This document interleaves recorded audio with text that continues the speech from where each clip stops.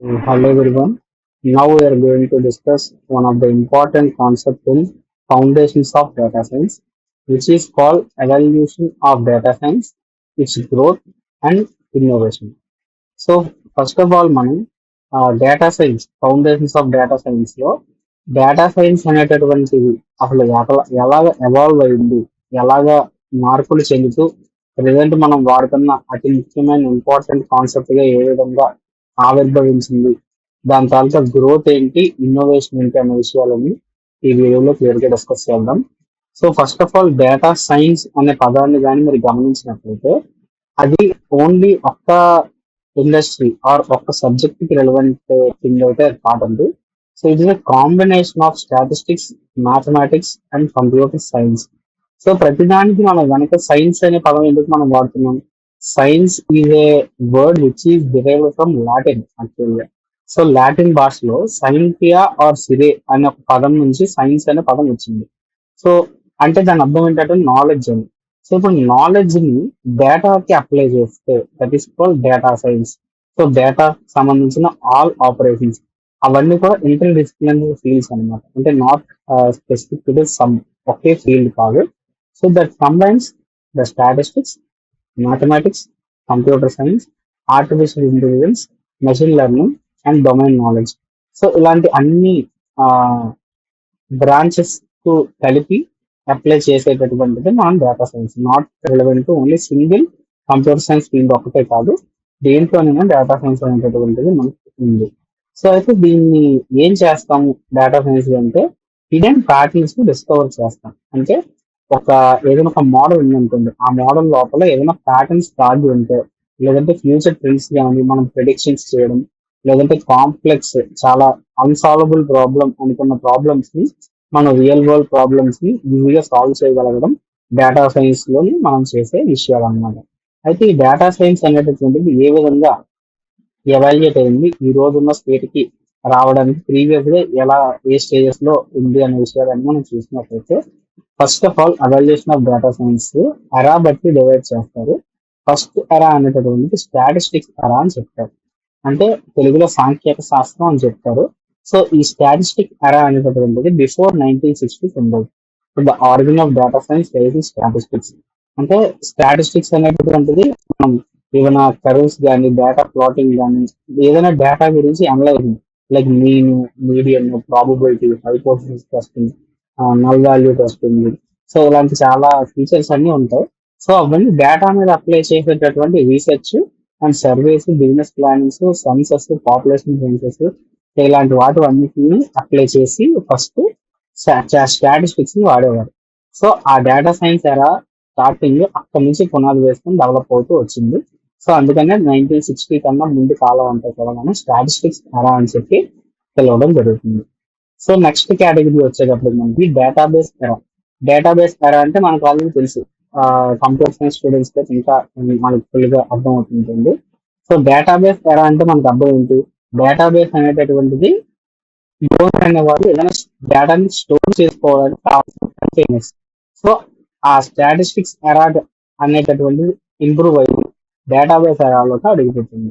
So దాంట్లో database management systems అని చెప్పి మనం ఏదైతే స్టాటిస్టిక్స్ లో చేస్తామో ఆ డేటాను స్టోర్ చేసుకోవడం ఎలక్ట్రానికల్ గా రియల్ టైమ్ సిస్టమ్స్ అనేవి వచ్చాయి. Like DBS, MySQL, IBM, Microsoft SQL server. So ఇవన్నీ డేటాబేస్ ఎరా అనేటువంటిది టైం లైన్ 1960 టు 1990లో బాగా షైన్ అయింది. సో దాని తర్వాత data warehousing and data mining era అని పిలుస్తారు. 1990 టు 2000 ఆర్గనైజేషన్స్ అనేటటువంటి హిస్టారికల్ డేటాను కలెక్ట్ స్టాప్ చేశారు సెంట్రల్ రిపోజిటరీస్ నుంచి.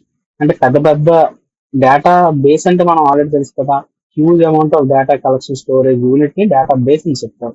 సో అలాంటి డేటా బేసెస్ వరల్డ్ వైడ్ గా కొంచెం across millions and tons of data అనేటటువంటిది ఉంటే దాన్ని డేటా వేర్ హౌస్ అని చెప్తారు. సో దాంట్లో డేటా మైనింగ్ టెక్నిక్స్ అని చెప్పి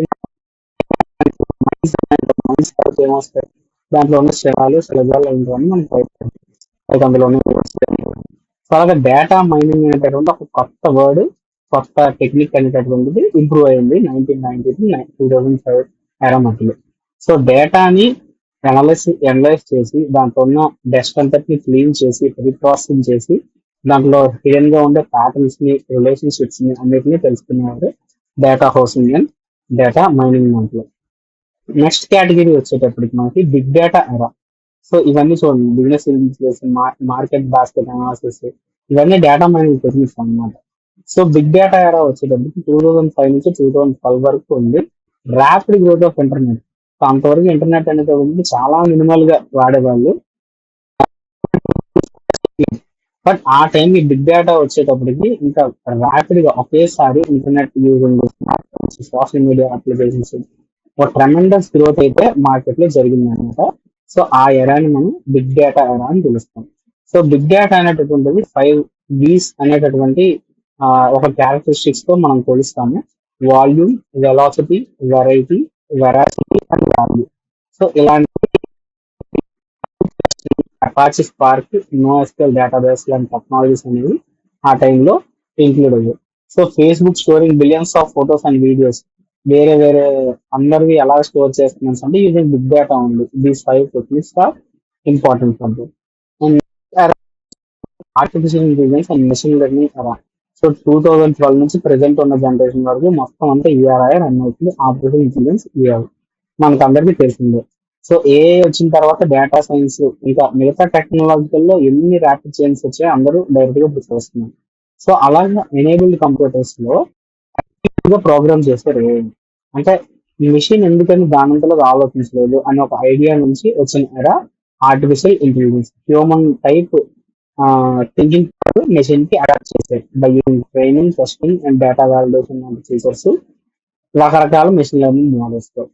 అప్లికేషన్స్ ఎందులో వాడతాం ఆర్టిఫిషియల్ మెషిన్ లెర్నింగ్ అంటే image recognition, speech recognition, chat bots, self driving vehicles, autonomous vehicles ఉంటుంది. అంటే కార్స్ వాటంతరం డ్రైవ్ అయిపోతుంది, మన లోపల కూర్చొని కార్స్ వెళ్ళిపోతుంది.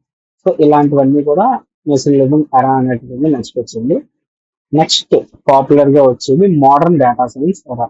సో వాటికి యూజ్ చేసే టూల్స్ మనం Python language basically high end development language and easy language కాబట్టి పైథాన్ అనేటటువంటి షైన్ ఉంది language. So modern data science ని దానికి డిపెండ్ చేశారు. Like deep learning, generative AI, cloud computing, edge computing, auto ML and explainable XAI అంటారు, ఇది ఒక trending concept. So ఇలాగా దీంట్లో షాప్ అండ్ లైన్ అనే ఫీచర్స్ అన్ని కూడా మనం వాడుతాము. సో ఇలాగ హెల్త్ కేర్ లో కానీ బ్యాంకింగ్ లో కానీ వాట్ నాట్ ఏ కేసులో లేదు అని మనం చెప్పలేం. అలాగా ఎవాల్యూట్ అయింది ప్రెసెంట్ మోడర్న్ డేటా సైన్స్ అనేటటువంటిది. నెక్స్ట్ మనం చూసుకున్నట్లయితే growth of data science. Data science ఏ విధంగా గ్రో అయింది అంటే increase in data generation. So data generations లో ఇంక్రీజ్ అయింది అంటే everyday some billion number of gigabytes of data అనేది జనరేట్ అవుతుంది. ఆల్రెడీ లేని డేటా కాకుండా కొత్త డేటా ఎప్పటికప్పుడు పుట్టుకొచ్చేస్తుంటది అనమాట. లైక్ ఏఐలో మనమే వందలాది ఇమేజ్ అన్ని క్రియేట్ చేస్తున్నాం. So that is also data for and powerful computing resources, బాగా ఫాస్ట్ గా పనిచేసే resources like Amazon web service, Microsoft Azure. So బేసికల్ గా క్లౌడ్ కంప్యూటింగ్ రాకముందు ఇవన్నీ ట్రెడిషనల్ గా మన సిస్టమ్ స్టోరేజ్ లో స్టోర్ చేసుకున్నాము. సో అవన్నీ లిమిటేషన్స్. అవి వచ్చిన తర్వాత క్లౌడ్ వచ్చిన తర్వాత మొత్తం కంప్లీట్లీ చేంజ్ సొసైటీ అంతా కూడా. సో డేటాబేస్ అంతటిని వాళ్ళ నుంచి రెంట్ తీసుకుంటారు, మన సిస్టమ్ లో దాన్ని వాడుకుంటాం, వాళ్ళు మనకు ఒక రిపాజిటరీ ఇస్తారు. సో అలాంటి కంప్యూటేషన్స్ తో కాదు, నార్మల్ డివైస్ కంప్యూటేషన్స్ లో వచ్చినా కూడా మనకు క్వాంటమ్ కంప్యూటర్స్ ఇలాంటివి చాలా అయితే మనకి అందుబాటులోకి వచ్చేసాయి. నెక్స్ట్ ఓపెన్ సోర్స్ సాఫ్ట్వేర్, ఎవరైనా ఈజీగా వాడుకునేటటువంటి సాఫ్ట్వేర్స్ అన్ని వచ్చాయి. Like Python, R, pandas library, NumPy. So ఇవన్నీ ఫ్రీ లైబ్రరీస్ అన్నమాట. యూజర్ అనేవాడు జాగ్రత్తగా నేర్చుకోవచ్చు కూడా. Artificial intelligence, business intelligence and high demand for data scientist. So ఇవన్నీ ఉండడం వల్ల డేటా సైన్స్ అనేది ర్యాపిడ్ గా గ్రో అయింది. సో దీంట్లో వచ్చే ఇన్నోవేషన్స్ అంటే ఇన్వెన్షన్స్, కొత్త రకాలుగా ఏ వచ్చే డేటా సైన్స్ లో మాట్లాడుకుంటే మెషిన్ లెర్నింగ్. సో డేటా అనేటటువంటి మెషిన్ అనేటువంటి లెర్న్ చేస్తుంది మన యూజర్ ఇచ్చిన ఇన్పుట్స్ దగ్గర నుంచి. లైక్ స్పామ్ ఈమెయిల్స్ డిటెక్ట్ చేయడం, రోడ్ లేన్ లైన్ డిటెక్షన్ అని చెప్పి చాలా ప్రాజెక్ట్స్ అన్ని మెషిన్ లెర్నింగ్ మీద. సో మెషిన్ నేర్చుకుంటే that is a new invention, innovation in data science. And deep learning, machine learning కన్నా advanced module. So artificial neural networks, brain లో human కి neurons ఎలా అయితే ఉంటాయో అలాగా డీప్ లెర్నింగ్ అనేటటువంటి మల్టిపుల్ న్యూరాన్స్, ఆర్టిఫిషియల్ న్యూరాన్స్ వాడి నెట్వర్క్ చేస్తుంది. That is called deep learning అనమాట. ఈ face recognition, medical image analysis like MRs, CT scanning ఇలాంటి వాటిల్లోని చాలా వాటిల్లో వాడతారు. Next one natural language processing, ChatGPT tools, Google translators ఇలాంటి వాటిలో వాడతాం. And internet of things, IoT device అని చెప్తాము, smartphones, smart watches, smart cities ఇలాంటి వాటిలో యూస్ చేస్తాం. And cloud computing also discussed about this. So cloud computing Amazon Web Services, Azure, so ఇలాంటివన్నిటిలో వాడతాం. Big data also. So like that. ఇవన్నీ ఎక్కడ మనం వాడతాం అంటే మేజర్లీ డేటా సైన్స్ అన్ని అప్లికేషన్స్ హెల్త్ కేర్ లో ఉంటాయి, నెక్స్ట్ బ్యాంకింగ్ లో ఉంటాయి, ఫైనాన్స్ లో ఉంటాయి. యూజర్ ఎక్కడైతే డేటా ఎక్కువ వాడతాడో అటువంటి ప్లేస్ లోనే డేటా సైన్స్ అనేది షైన్ అవుతుంది అనమాట. సో ఆ ఏరియాస్ లో ఎక్కువ వాడతారు. అలాగని మిగతా ఏరియాస్ లో వాడరు అని కాదు, ఇంకా ఇవి ఉన్న అన్ని ఏరియాస్ లో కూడా డేటా సైన్స్ అనేది ఈజీగా ఈ మధ్య వాడుతున్నారు.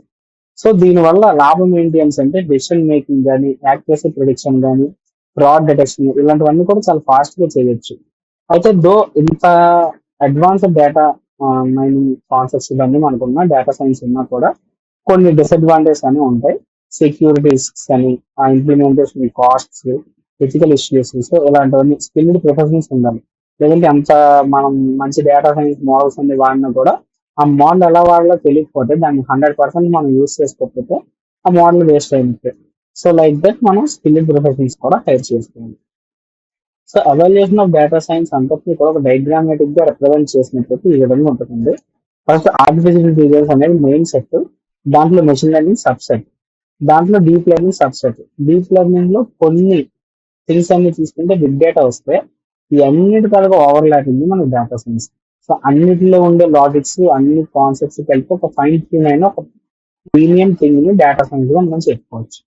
సో మనం చూసుకున్నాం ఆల్రెడీ, అది ఎవల్యూషన్ డయాగ్రామ్ అలాగే స్టాటిస్టిక్స్ నుంచి DBMS modern databases, data warehousing వచ్చింది, తర్వాత డేటా మైనింగ్ కాన్సెప్ట్ వచ్చింది, బిగ్ డేటా వచ్చింది, ఎంఐ ఏఐ వచ్చింది. సో దాని నుంచి మోడర్న్ డేటా సైన్స్ అనేటటువంటిది షైన్ అయింది. So this is all about the evolution and growth and innovation about data science. Thank you.